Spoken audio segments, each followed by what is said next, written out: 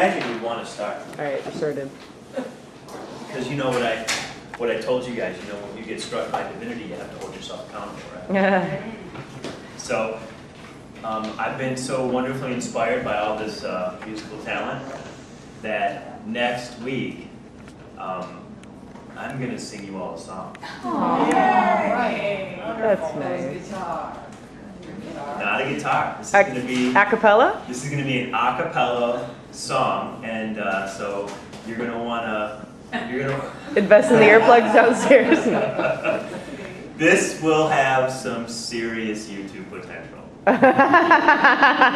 Did you find this in the basement by any chance? You know what? Are you gonna lip sync it? Are you gonna let everybody do that? Are there dance moves? Karaoke? There's no dance. No moves. choreography this time. There's no dance moves, but it is all in Italian. So yeah, so I will. I'll give you a little translation of what the song's about, and then I'll. And we'll have to trust that that's the truth. And then you won't be making swear words. And then I'll sing that song. You guys will get a chance to hear that. So yeah, I'm not going to be watching it, but I would say it's a must see.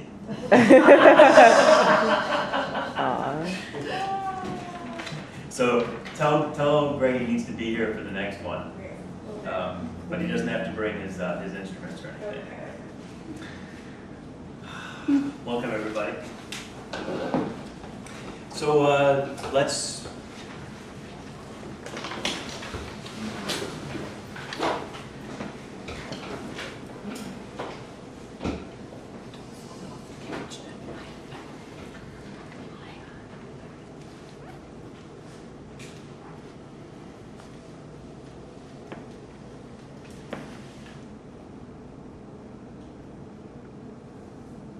Good, everybody. Let's just start by just gently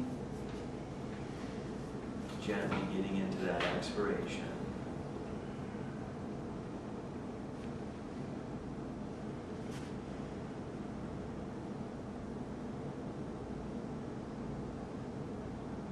Yeah, let me just guide everyone through this just a little bit. So everyone just, when you go into your expiration, just feel the bottom. Just drop out.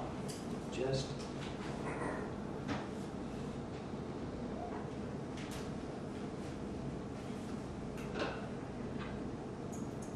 yeah. And breathe in. That's it. And just let the bottom drop out.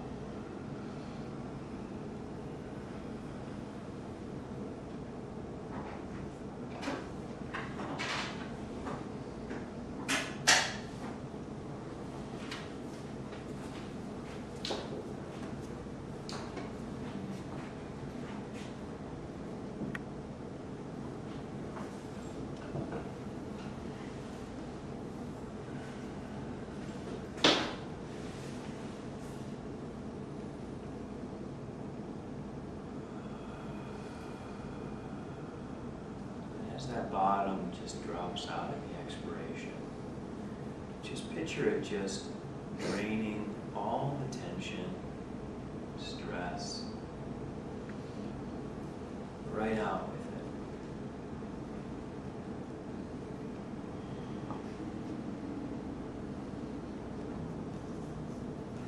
Remind your mind that you're here to have fun. Remind your mind that life is meant to be an interesting, enjoyable, although at times difficult, experience. Remind your mind that you don't need it to constantly tell you what's wrong.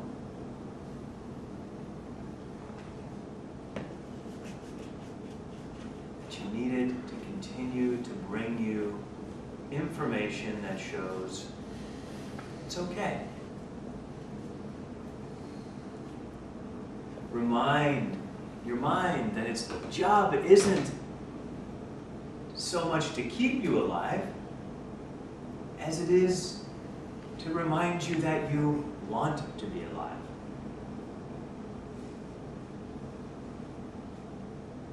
Let's set this wonderful intention that this is what our mind should spend more of its time doing. Remind your mind to not constantly tell you what you haven't done, what you're not getting done, but all that you are getting done, and all that you already are.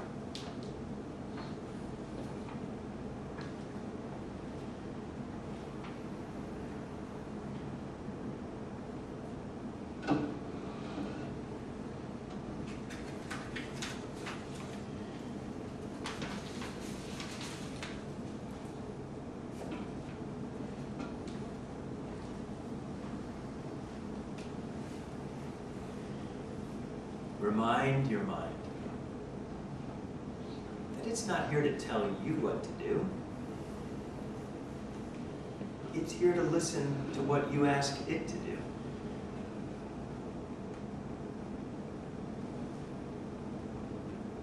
Remind your mind that it is a tool in your toolbox. It isn't the carpenter wearing the tool belt.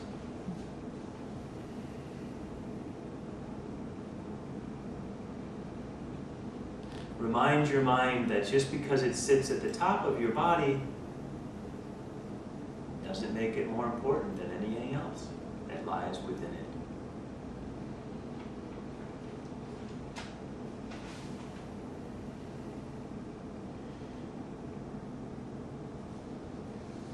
Remind your mind that you were alive before it, and you'll be alive after.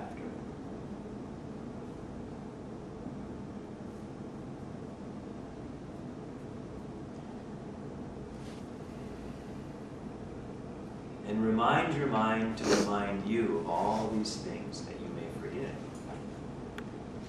You forget them. So that as it reminds you of them, you can continue to remind it.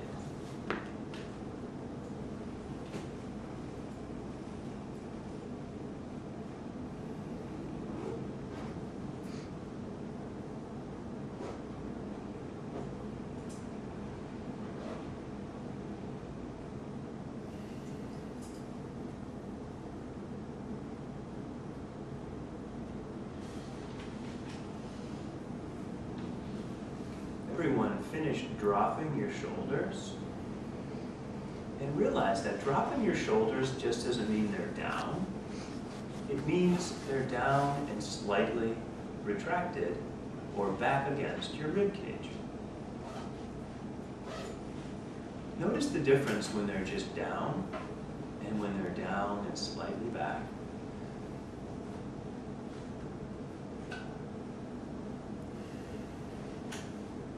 Aware of the simple, subtle changes in alignment that make it easier for you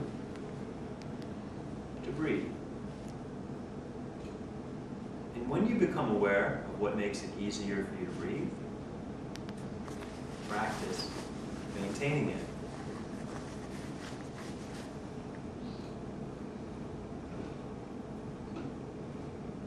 It's simple. Something about how you are, sitting or standing or moving, makes it difficult for you to breathe. It is most likely something that should begin to change. Because living in any form of suffocation creates anxiety. If you don't believe me, walk around with your hand over your mouth. You'll see right away how easy is it to be calm when you're breathing through a hand over your mouth. Remind your mind to remind you when your posture is beginning to become suffocating.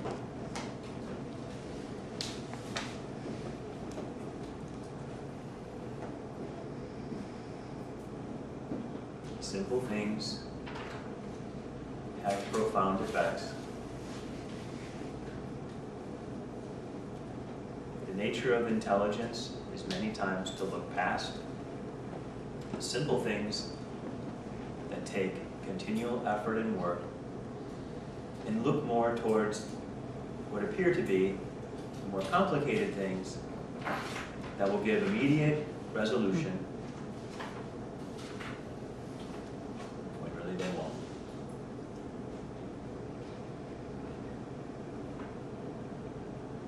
There is no replacement for simplicity, consistency, intention.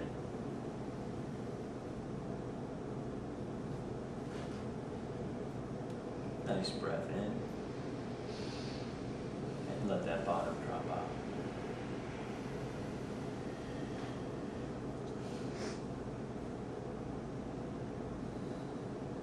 Open your eyes. Look at everyone around you who has love for you, who wishes you the best with all they can.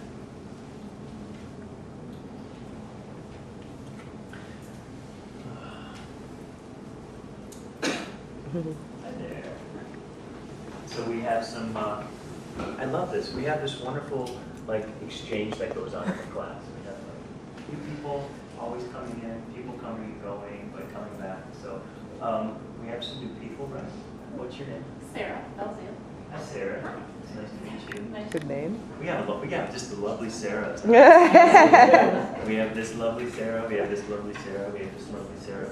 This lovely Sarah. We have lovely Sarah who says hi to us from Australia. Yes, Sarah. Yeah, Sarah. She's in her own little club. Yeah, she's great. So she showed me a picture of the practice in Australia. So Carpenter practice made it to Australia. Cool. Now we're on another Intercontinental? continent. Yeah, not yet another continent, right? Introduce yourself. Katie Schloss. It's Katie. Yeah. Katie is a very good friend, long-term patient of the practice, and she was for some of the original classes, and she became aware of these, so now she's making her way back around for some of these now, so we're happy to have her. Mm-hmm. You guys are two-timers now. You've been here before. I think I missed it. It's nice to see you back again, Claire. Great to see you back again. So nice to have you back. And everyone else has been here, I think, right? Everyone else has been here this morning. Great. So, as a matter of, so I want to start with something that I forgot last time, and it wasn't an email, but let's just review it. So Lisa Milchak sent me an email. Actually, sent it to Sarah. Sarah sent it to me, and I want to read that to everybody again. This is from Lisa. Lisa is friends with Julie, and there's two other women with them, and they're the ones that started the second group out in Canton. So this is from them. We had our second practice class last evening, 4 people, exclamation points, which is great, because it's fun to look at the numbers, but we're all about the intention. You know? 4 people, they're so cute, they're excited, which is great. It was great. Open to page 26, pylons. Had some very insightful discussions. We opened with a 2-minute meditation, followed by playing the Tibetan singing bowl. I mean, isn't this just great? I just love it. They're just doing their thing. We finished with a blessing for all of us to continue to practice mindfully. We also agreed to meet every Monday at 6:30. This week we went out on a pontoon boat, okay? And that's sweet. It was great out on the water. Haven't nailed down a permanent place yet, but not worried about it. The universe will show us where we need to be each week. Have a great class tonight, which was last week, and tell everyone we send many blessings. Practicing. Lisa, Julie, Barb, and Martha. So Lisa, Julie, Barb, and Martha, great to see all of you. Thank you for holding a space out there, and we love you guys, and just keep it up, okay? So that's that. The next thing I want to do is I just want to go over the study guide from last week. And this is, we'll start with the... Do you have it? Does everyone have it? No. Okay. So can you just grab them, Keith, and bring them in? Just in case. I'm sure more than one of them needs it. Anybody else? They got sent out, so I don't know. Yeah. I didn't see it. Yeah, I've gotten that, but I know I sent it to myself, and I received it, and then I got correspondence from the initial email I sent to everyone. Have you gotten the other ones that she sends out? Yes. Yeah, that's why it's weird. Yeah, just this one. I gotta That's all figure it right, out. We have it now. Yeah, whatever. Thanks. Just, you know, if Sarah, what day of the week do you usually have them sent out by? Thursday? Yeah. They're done by Wednesday, Thursday. Yeah, so just do us a favor, if you guys don't get them by like Friday, Yeah. just shoot us an email back and say we haven't gotten it so that we know. So your feedback is appreciated. Yeah, definitely. We know, no one's trying to be, anything but just give us the information so that we can know Yeah. if something's working. Yeah, we'll have them out by Doesn't bother me if I Thursday. don't get Yeah. it, because I figure I'm just here to. Yeah, I get it. Sure. But people who want it, let us know. Yeah. Just it helps us to know if there's something wrong with our system in terms of technology, that's all. So what does it mean to allow both your physical and emotional form to change and then die? As life sees fit, there are signs. You will no longer be the person you seem to be now. Things you were certain about will change. Everything will seem different and yet new. It's death's way of saying that's over with, done with. As always, we do not judge ourselves. We honor where we are at. In the now, we treat ourselves lovingly and compassionately. Okay, and we say this as always, we do not judge ourselves, but it's an assumption there that we say we do not judge ourselves or others. We honor where we and others are at. We can just include those things in our mantra because we always do it reflectively. That's just how we are. Because you are me and I'm you, so it's the same thing. Focus points. What we feel, know, and act upon in an eternal now lays the foundation in which we can see life's signs. The beauty of the practice, we give ourselves to it, is that we know that we are becoming what we are meant to become. It is important to be patient with the practice because it will never take us where we're not meant to be. In the meantime, continue to chop wood and carry water. Let change happen. To more and more fully experience the transformation power of life. It is essential to embrace all the possibilities that life may bring. Okay, and all the possibilities life may bring are you're not looking at those possibilities through the eyes of want. What do I want? What don't I want? It's what's happening. Remember, a healing for one is a healing for all of us. From this understanding, we share with each other with an intention of healing and balance of acceptance, compassion, and love. Reflection questions. Let's reflect on our lives. What are the pivotal points life gave us that made us, that have led us to this moment in this practice? Okay. So everyone, let's just take a second and just kind of, just let yourself just have one come to you. There's an infinite number of pivotal moments because every moment is in some way pivoting us and moving us. But just let yourself have one of those moments that you feel was just critical, that you're conscious of it was a critical moment that shifted where you were and where you are now. Just take a breath and just let it come to you.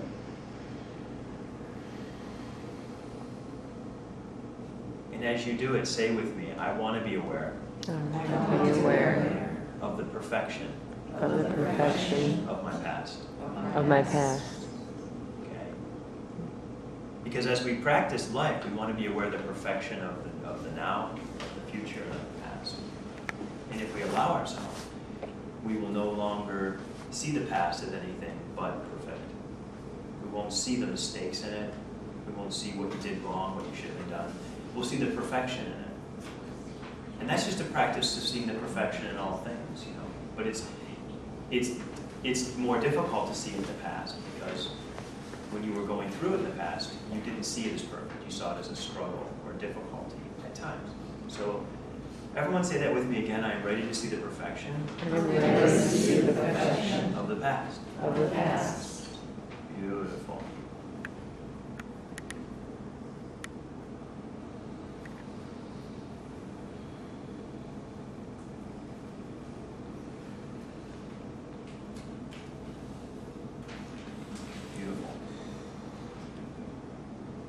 So everyone knows that I love to tell stories about things that help me get from one place to another.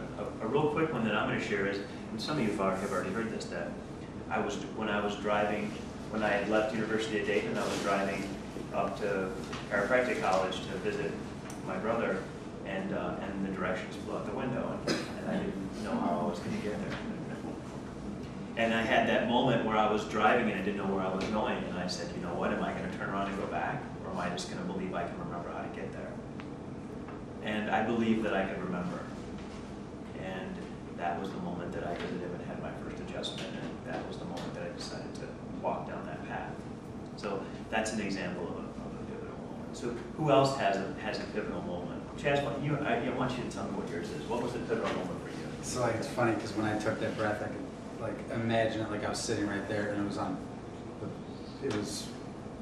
little over 5 years ago. I was on my parents' back porch, and like I finally broke down and just accepted that I needed help for drug addiction and alcoholism, and I just let go, and like I just had faith that everything was going to be okay.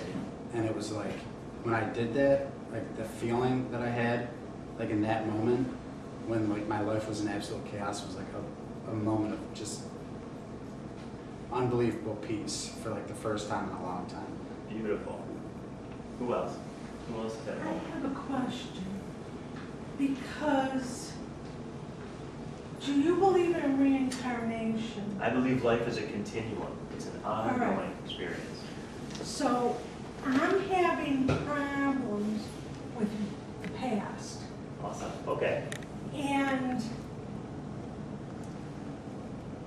I don't know how to fix that. Okay. So here's what we're gonna do with that, okay? We're gonna table that. I mean, we're gonna hold on to that, everybody. And when we get to the chamber, okay, at the end, you're gonna be one of the people that comes in the chamber, and we're gonna help you. We're gonna help you move through that. So you know what I'm talking You know about? what you're talking about. Thank you.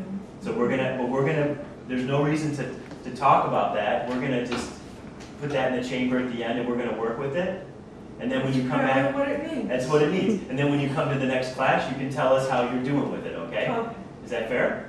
Yes, Awesome. thank you. We've got a great chamber. We've got Katie Rose, who's in Florida, who follows us in Florida, and she asked to be in the chamber tonight. So she's actually going to be in the chamber for first.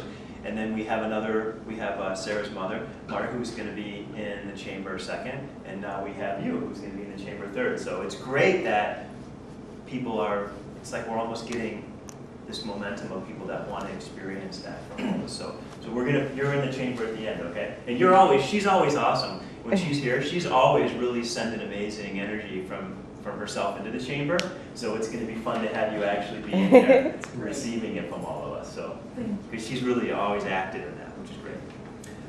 Who else has that? What came to me was that I was looking for an alternative doctor, and I'd been to like 5 or 6, and when I called your office, Yeah. I said my issue was narcolepsy, which is what I had not told all the other 6. It was menopause issues and stuff, and for me it was then that what connected me then to you was about how I was sleepwalking through life, and you got me out of that. Wow. That's cool. Isn't that neat? And then she sees it, you know, and yeah, what an incredible journey.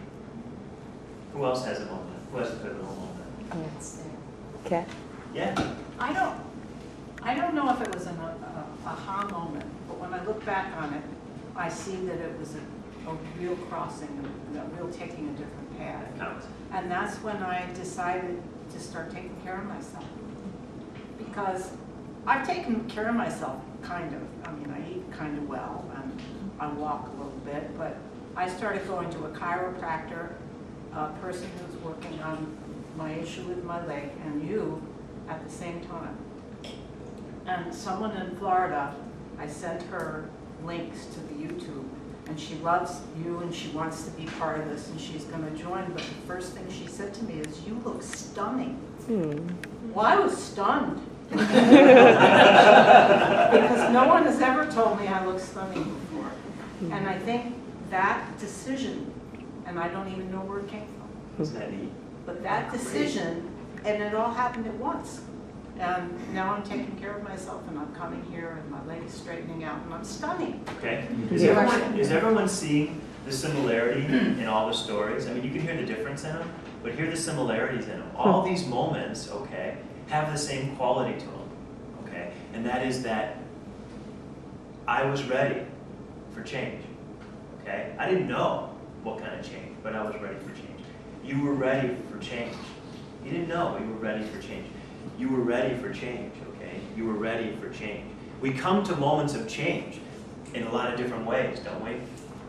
You are coming to moments of change, you know. But when we accept that we need to change, that something needs to change, whether it's something huge, okay, or something subtle, whatever it is, when we can accept that we need to change, and we can open our heart to love,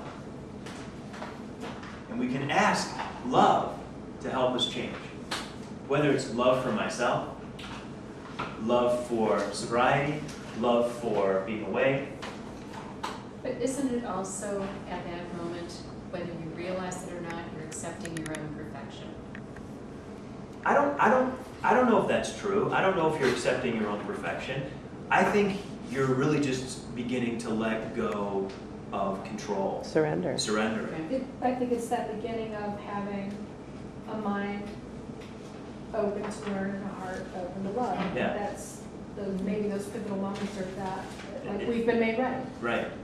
Right. And like, after I can look back now and see that there's been multiple times since that first time, that big one, where you look at it and you're like, for me, it's like, this Chaz is ready to go. Like, and I'm ready to move on to something different. And it, like, whether it's like my career or relationships or who Chaz is, like coming to this class, like the way this happened, it's the same thing. Like, but it's being aware enough that like I'm okay. It's okay to, like, as we've talked about, like, it's okay to die. That's it. That's it. Pam, did you have a comment? I do have a Yeah, go ahead. This is great. Well, what I wanted to say was, yeah, okay, so I'm ready for change. I'm letting love in, and when is it going to happen? You know, I'm impatient. I'm very impatient. I want it to happen now. If I've had the realization, my brain tells me that everything is aligned, and it should happen right now. Yeah. So I become impatient.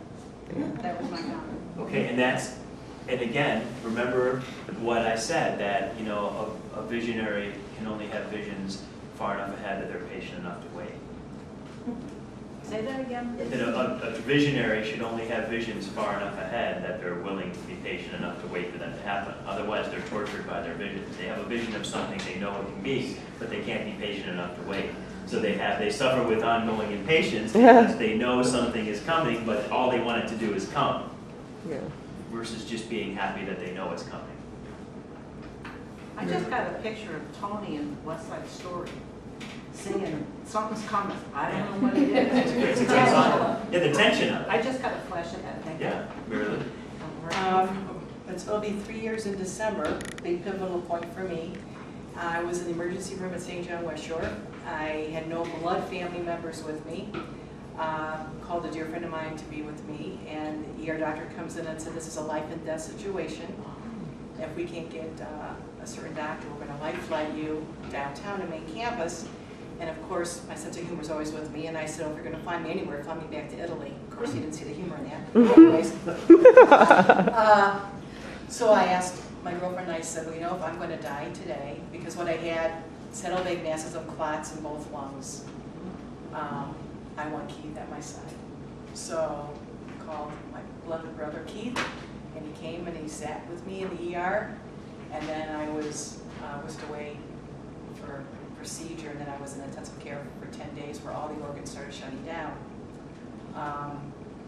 And praising God that I'm here, praising God that I'm off all pharmaceuticals, and that was a major pivotal point to actually release and let go of issues with other relationships, surrendering and saying that's, you know, that's it, and to begin a new journey. It's major. A lot of times, when you're not actively practicing, okay, not actively practicing being aware of life, the way that you go through change can be a little more traumatic, okay? Because you're not paying attention, okay? Once you start to practice and pay attention, you start to pick up on when death needs to happen, when change needs to happen. And instead of resisting it and waiting for that moment to build up that pressure, you just give into it much more easily, and you go through the change much more easily. I don't know if I told you guys this before or not, but I'll say it again. I've had brain tumors. You told me, but you didn't share it with everybody else, so share it with everybody else. Oh, You just told me at the end of the class. This is a great story. Listen to this. Tell us what you went through. This is good. Come on. This is your time. This is your healing. well, I had brain tumors, and usually when people have brain tumors, they were cancerous. But mine wasn't cancerous. So they went in there and they started pulling out the bad and putting in the good. And I died. And there's a big story to that one because I could go on and tell you the whole big story. But Give us the cliff notes. God, this is me, this is God, and we're doing this. Because he said, do you have to go back? I said, oh, no. He says, okay, go to classes. So I was in a lot of classes. This is in the heavenly realm, guys, so you follow her. Yep. He said, after all my classes, and I learned a lot, and I could tell you guys a lot more, but to make a story short, I was brought back for three reasons.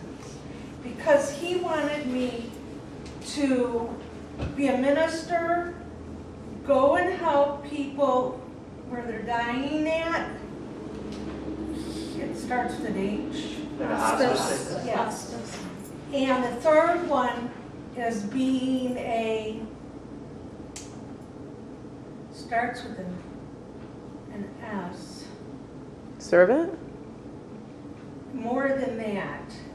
Somebody that can heal. Shaman?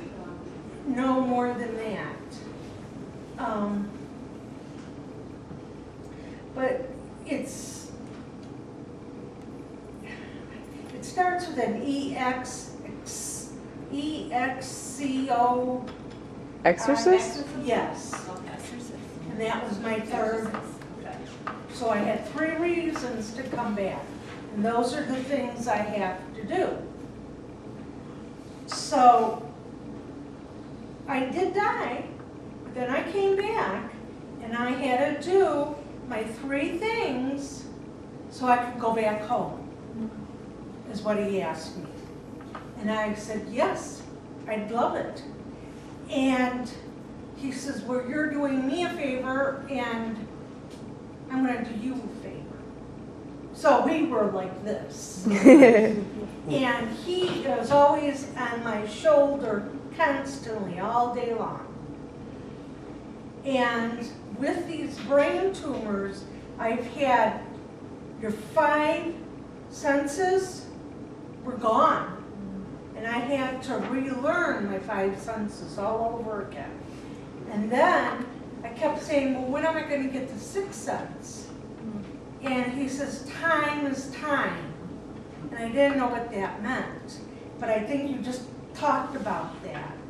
And things will happen, but you have to give it time. He says it's just not going to come next week. So I had to learn that. And I don't think I'm the same soul as I used to be, but I have learned a lot, and I'm very religious. And to make a long story short, I am here to talk to people about heaven. And people are putting heaven like hell, and there is no hell. There is no hell. And God wants me to talk about people doing the good, and then you won't go to the bad. But there's a whole big story around that, and that's you're climbing up you climb up your ladder and you go around and around and around, because you live a lot of lives, and it takes a lot of years before you get up to heaven, because you are born at the bottom, and then you go around, and then you die, and then you get born again. So that's a big class that I learned, and he wants me to tell you people that this is your life, and you're learning what you needed to learn in this life. And then there'll be the next life. After you get done doing your lessons, then you're going to go to the next life and learn more. And you're going to climb up the ladder going to heaven. Beautiful. And that's why what she's saying, it just fits perfectly, and that's what she knows. It fits perfectly with the practice. That, we talk about, when the book was talked about, one of the ways it described it was, sit in the classroom of life. That life is a classroom, okay? And you need to be a student of life. That life is the teacher, and that we're here to be in this classroom. And this is what I wanted to bring up with all the situations, okay? One of the things we have to be able to do when we're in class, okay, is this. What does this mean when you're in class and you raise your hand? What does it signify? That you have a what? Question. You have a question, or you need what? Water. You need help. So I have a question, okay? And questions that you ask, when you ask questions, ask somebody in life who has been through something, who has, and not just been through it and is bitter or angry, but somebody